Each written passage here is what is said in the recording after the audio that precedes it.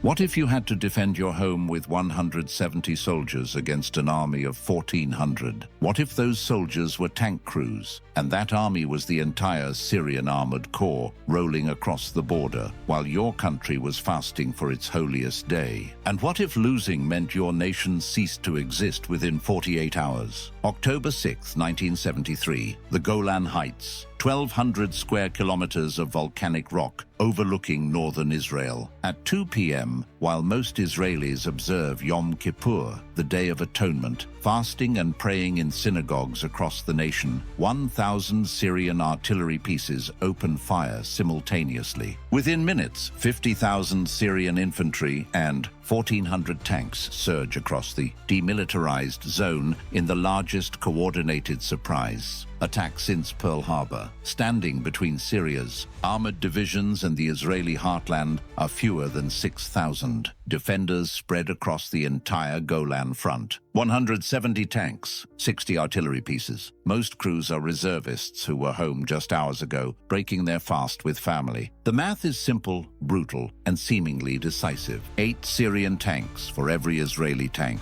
10 Syrian infantry for every Israeli defender. 600 Syrian artillery pieces against 60 Israeli guns. By every military calculation, the Golan Heights should fall within 24 hours. The Jordan River bridges within 48, and Israeli population centers shortly after. The stakes couldn't be more extreme. Unlike the Sinai Peninsula in the south, where Egyptian forces must cross 240 kilometers of desert before reaching Israeli cities, the Golan Heights sits just 32 kilometers from the Sea of Galilee and northern Israel's population centers. If Syria breaks through, there's no fallback position, no time to evacuate civilians, no strategic depth for a defensive war. Mount Hermon, the Israeli intelligence post overlooking Damascus itself, falls to Syrian commandos in 45 minutes. 55 defenders against hundreds of attackers, 13 dead, 31 captured. Israel goes blind on Syrian movements at the precise moment when battlefield intelligence matters most. Over the next 18 days, this volcanic plateau transforms into the most lethal killing ground in modern armored warfare. The density of combat is staggering. 772 Israelis killed, 2,453 wounded. That's a casualty rate per square kilometer higher than Stalingrad. 3,500 Syrians dead, 6,000 wounded. But here's what makes this battle different from every other armored engagement in history. When the guns finally fell silent, over 1,200 Syrian tanks lay destroyed. Across the Golan, more tanks lost in 2 weeks than Germany lost at Kursk. Yet Israel began the battle with just 170 tanks. How do you destroy 1,200 enemy tanks when you start with 170? The answer defies mathematics, challenges military doctrine, and proves that in armored warfare, numbers don't always guarantee victory. This is the story of how 170 Israeli tank crews held the line against 1,400 Syrian tanks for 3 desperate days and nights, and the valley that became known simply as the Valley of Tears. Before we dive into this impossible battle, drop a comment telling us what city and country you're watching from. We want to know where our community of history enthusiasts is located around the world. The Syrian plan had been in development for 9 months, coordinated in absolute secrecy with Egypt. While Israeli intelligence detected military buildups along both the Syrian and Egyptian borders throughout September 1973, they dismissed these movements as routine exercises. Syria had mobilized forces near the Golan border multiple times over the previous year, only to stand down each time. Israeli military leadership had grown complacent, convinced that Arab forces wouldn't dare attack, while Israel maintained its qualitative military edge. But this time was different. Syria and Egypt had learned from their humiliating defeat in the Six-Day War of 1967, when Israeli forces captured the Golan Heights, the the Sinai Peninsula, and the West Bank in less than a week. The Arab states spent 6 years rebuilding their militaries with Soviet equipment and training, specifically planning for a coordinated two-front assault that would split Israeli defense forces and prevent them from concentrating their strength. The timing was calculated with surgical precision. Yom Kippur, when most of Israel's citizen soldier reserves would be at home observing the holiest day in Judaism. At exactly 2 p.m. on October 6th, the carefully coordinated attack began. Over 1,000 Syrian artillery pieces opened fire along the entire length of the Golan Heights, from Mount Hermon in the north to the Yarmouk River in the south. The barrage targeted Israeli observation posts, communication centers, forward defensive positions, and known tank concentrations. Syrian Air Force jets, MiG-21s primarily, swept in at low altitude to bomb Israeli positions and suppress what little anti-aircraft capability Israel maintained on the heights. The assault on Mount Hermon demonstrated Syria's operational sophistication. Syrian commandos landed by helicopter on the summit, while ground forces simultaneously climbed the slopes. The Israeli garrison, 55 soldiers manning the intelligence listening post, fought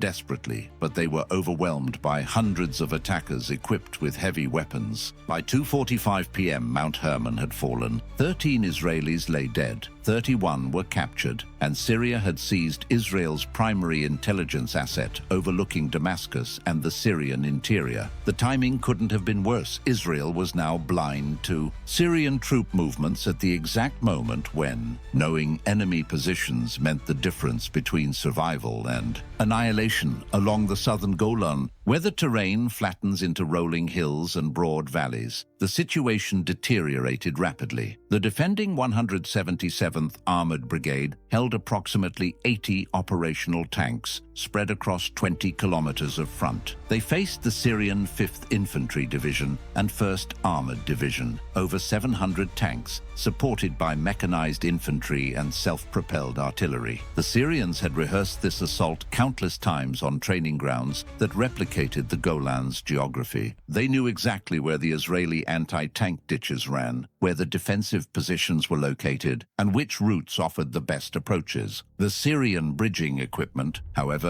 had been positioned too far back in the assault columns. When the first wave of T-55 tanks reached the Israeli anti-tank ditches, they had no way to cross. Dozens of Syrian tanks drove straight into the ditches, becoming immobilized sitting targets for Israeli gunners. The Centurion tanks, upgraded versions that Israel called shot cows, had a distinct advantage in these opening engagements. Their 105mm rifled cannons could accurately engage targets beyond 3,600 meters, while the Syrian T-55's 100mm guns were only effective out to 2,400 meters. Israeli crews picked off stationary Syrian tanks from ranges where return fire was impossible, but the sheer weight of numbers began to tell. For every Syrian tank destroyed, 3 more pushed through. By 6 p.m., Syrian armor had penetrated 15 kilometers into Israeli territory in the southern Golan. The bridges over the Jordan River, Israel's last line of defense before the Syrian advance reached the Galilee, lay just 25 kilometers ahead. If Syria could seize those bridges during the night, Israeli reserve forces would be unable to reach the Golan, and northern Israel would be defenseless. But in the rocky, volcanic terrain of the northern Golan, a different story was unfolding, one that would ultimately determine the outcome of the entire war. The northern Golan Heights bears little resemblance to the open terrain farther south. Here, ancient volcanic activity created a landscape of steep ridges, deep wadis, and fields of basalt boulders that can stop a tank as effectively as any mine. Visibility is limited by constant elevation changes. Roads snake through narrow defiles where a single disabled vehicle can block an entire column. For tank crews, it's claustrophobic, disorienting terrain where engagements happen at ranges varying from 2,000 meters to 50 meters, depending on which ridge or valley you're fighting. In the Israeli 7th Armored Brigade held defensive positions across this northern sector with approximately 90 Centurion tanks. Unlike the southern front, where defenders were spread thin across open ground, the 7th Brigade concentrated on key terrain features that dominated the approaches into Israel. Booster Ridge and the adjacent Hermanit position overlooked a broad valley through which any Syrian assault would have to pass. From these elevated positions, Israeli gunners could observe Syrian movements from 3,000 meters away and engage targets at ranges where Syrian return fire was ineffective. The Syrian 7th Infantry Division, tasked with breaking through the northern defenses, brought over 500 tanks to the battle, a mix of T-55s and the more advanced T-62s. The T-62 represented a significant upgrade over its predecessor, with heavier armor, a more powerful engine, and a 115mm smoothbore cannon that could engage targets effectively out to 3,000 meters. Syrian commanders expected their numerical superiority and newer equipment would overwhelm the Israeli defenders within the first day of fighting. The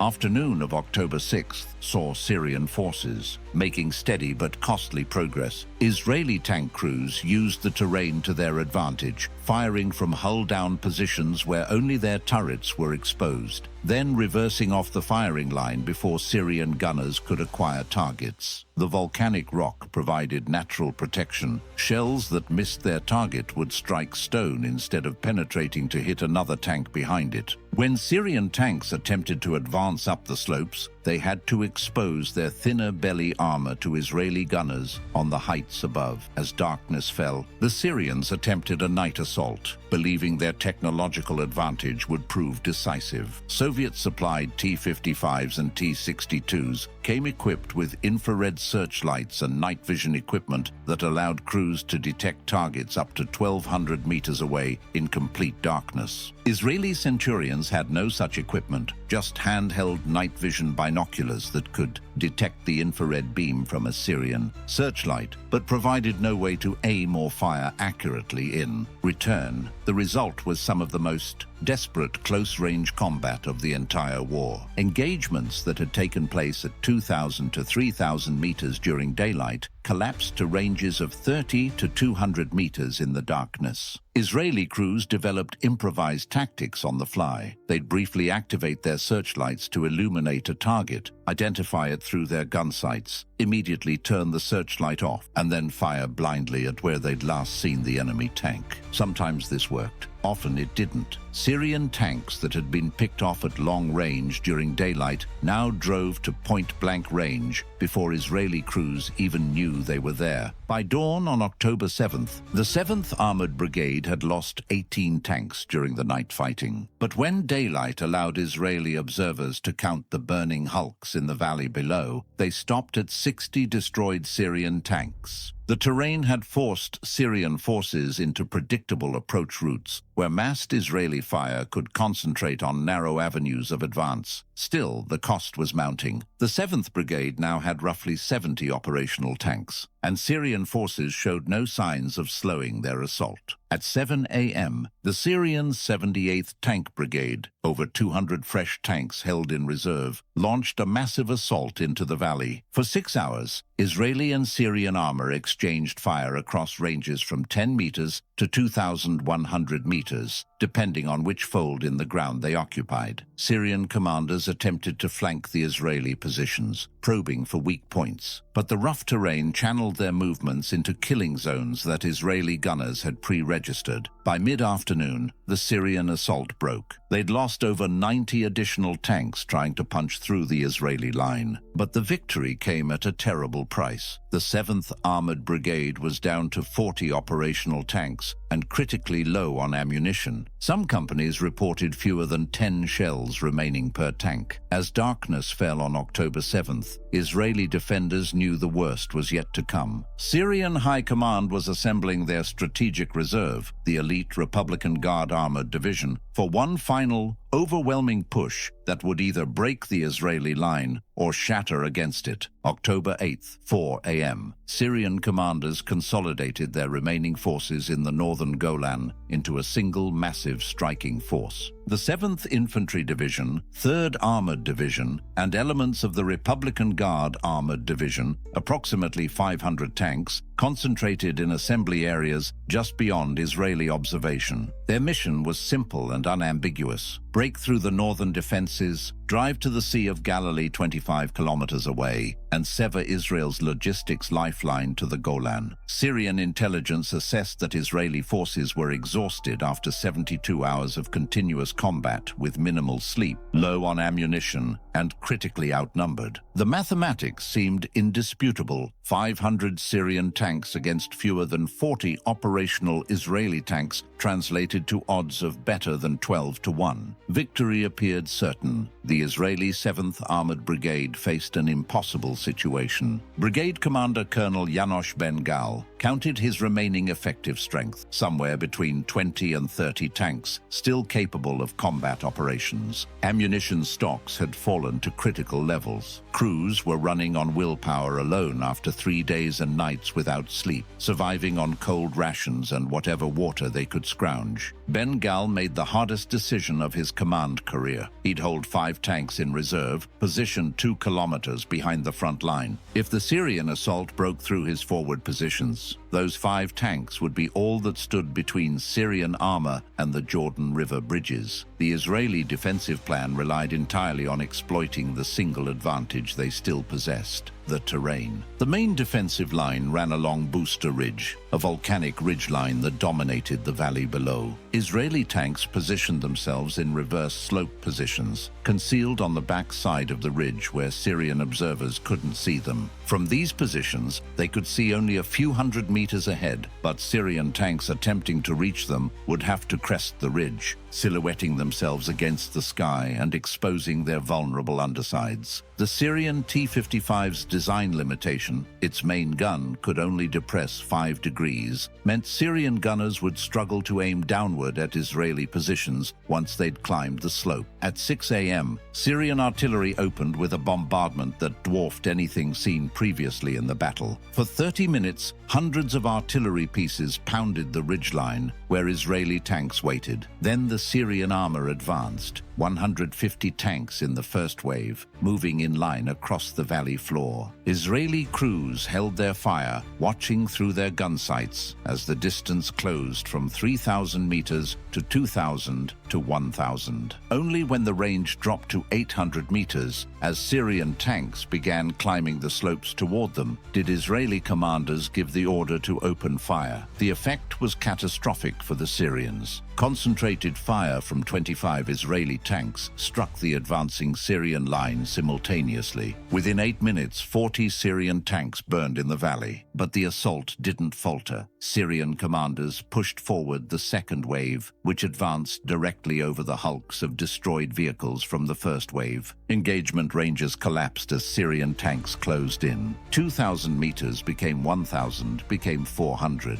Some Israeli positions reported Syrian tanks approaching to within 50 meters before they could be destroyed. Israeli crews developed a brutal rhythm: fire 2 or 3 shells at a target, reverse off the firing position, drive 50 meters to a new position, and repeat. Staying in one place for more than 30 seconds invited concentrated Syrian return fire. Tank commanders rotated constantly between positions, sometimes taking fire from 3 different directions simultaneously as Syrian forces infiltrated between defensive positions. By 10 a.m., the valley floor was littered with over 130 burning Syrian tanks. But Syrian commanders weren't finished. They'd learned that Israeli guns had limited depression angles when firing from the ridgeline heights, so they shifted tactics for a night assault, hoping to leverage their infrared advantage one more time. As darkness fell on October 8th, Syrian forces pushed forward again, this time penetrating between Israeli positions under cover of darkness. The fighting devolved into point-blank exchanges at 30 to 50 meters, tankers firing at muzzle flashes in the darkness. Sometimes discovering they'd just destroyed a friendly tank rather than an enemy. Israeli artillery crews fired illumination rounds continuously throughout the night, trying to light up the battlefield so tank crews could identify targets. By dawn on October 9th, another 130 Syrian tanks lay destroyed in the valley, but the 7th Armored Brigade had reached its breaking point. As morning light revealed the battlefield, Israeli commanders counted exactly 7 operational tanks still holding the line. At 11 a.m., the first Israeli reserve tanks arrived. Mobilization had finally brought reinforcement to the front. Syrian commanders, after losing over 260 tanks in the valley over the previous 2 days, ordered their remaining forces to withdraw. The northern line had held by the thinnest of margins. But while the north celebrated survival, Syrian forces still occupied 15 kilometers of Israeli territory in the southern Golan, and they had no intention of giving it up. October 9th marked the turning point when Israel's reserve mobilization finally reached full strength. Hundreds of reserve tank crews, who had spent the previous 3 days desperately driving north from their homes to reach the front, now reported for duty with their units. The Golan Heights, which had been defended by 170 tanks on October 6th, now hosted over 500 Israeli tanks as reserve brigades flooded into the battle area. The dynamics of the war were about to shift dramatically. Syrian forces in the southern Golan had established defensive positions around the village of Hashnia, approximately 15 kilometers inside Israeli territory. Over 250 Syrian tanks, supported by mechanized infantry and self-propelled artillery, had dug into prepared positions, creating a strongpoint blocking any Israeli counterattack. Syrian commanders recognized that holding Hashnia meant controlling the road network necessary for further advances, or for defending against Israeli counteroffensives. They fortified the position heavily, expecting Israel to attempt recapturing the southern Golan. Israeli command made the critical decision to retake the lost territory immediately, before Syrian forces could consolidate their positions further. Every hour of delay allowed Syria to move forward more troops, dig deeper defenses, and position additional artillery. The assault plan called for coordinated artillery preparation, close air support from the Israeli Air Force, and 3 armored brigades attacking simultaneously from different directions to overwhelm the Syrian defenders. At 6 p.m. on October 9th, Israeli artillery opened fire with over 1,000 shells, impacting the Hashnia area in 30 minutes. Moments later, Israeli Air Force Skyhawks screamed in at low altitude to bomb Syrian positions, accepting losses to Syrian surface-to-air missiles in exchange for disrupting defensive preparations. 2 Israeli aircraft were shot down, but they'd created enough chaos to disrupt Syrian command and control. Israeli armor advanced from 3 directions simultaneously. The assault turned Hashnia into an inferno. Buildings blazed from artillery and aerial bombardment, while tank shells impacted continuously. Syrian tanks attempted to withdraw under fire, but Israeli forces had cut the retreat routes, forcing Syrian commanders to choose between fighting from untenable positions or surrendering. Most chose to fight. The battle raged for 4 hours, with combat at ranges varying from 2,000 meters down to brutal point-blank exchanges in the village streets. By 10 p.m., Hashnia had fallen. Over 200 Syrian tanks lay destroyed in and around the village. Syrian casualties exceeded 1,500 dead or captured. Israeli losses were significant: 40 tanks destroyed, over 150 casualties. But the southern Golan had been cleared. The Syrian offensive was definitively broken. Israel didn't stop at the pre-war borders. On October 11th, Israeli forces launched a counteroffensive into Syrian territory, driving towards Damascus itself. The objective was to create a buffer zone that would prevent Syria from easily threatening the Golan again, while also putting pressure on Syrian leadership by threatening their capital. Israeli tanks advanced to within 40 kilometers of Damascus before Syrian panic led to intervention by Syria's Arab allies. Iraq dispatched its 3rd Armored Division to reinforce Syrian forces, committing over 200 tanks to stop the Israeli advance. The Iraqi intervention lasted 2 days. In that time, Iraqi forces lost 140 tanks, and withdrew in disarray. Jordan's King Hussein, under intense pressure from other Arab states, reluctantly committed his 40th Armored Brigade to the battle. Jordanian forces lost 20 tanks before also withdrawing. The Israeli advance finally halted 25 kilometers from Damascus, not due to military setbacks but because of political pressure from the United States, which feared the collapse of the Syrian government might lead to broader regional destabilization. A United Nations brokered ceasefire took effect on October 24th, ending 18 days of combat. The numbers told a story that defied every principle of conventional armored warfare. Syria had committed 1,400 tanks to the Golan offensive and lost over 1,200, an 85% loss rate. Israeli tank losses totaled between 250 and 400, depending on whether you counted repairable damaged vehicles or only total losses. The kill ratio of roughly 3 Syrian tanks destroyed for every Israeli tank lost seemed impossible given that Syria had enjoyed an 8-to-1 numerical advantage when the war began. Syrian personnel casualties on the Golan reached approximately 3,500 killed and 6,000 wounded. Israel suffered 772 killed and 2,453 wounded, producing a casualty density per square kilometer higher than any battle since World War II.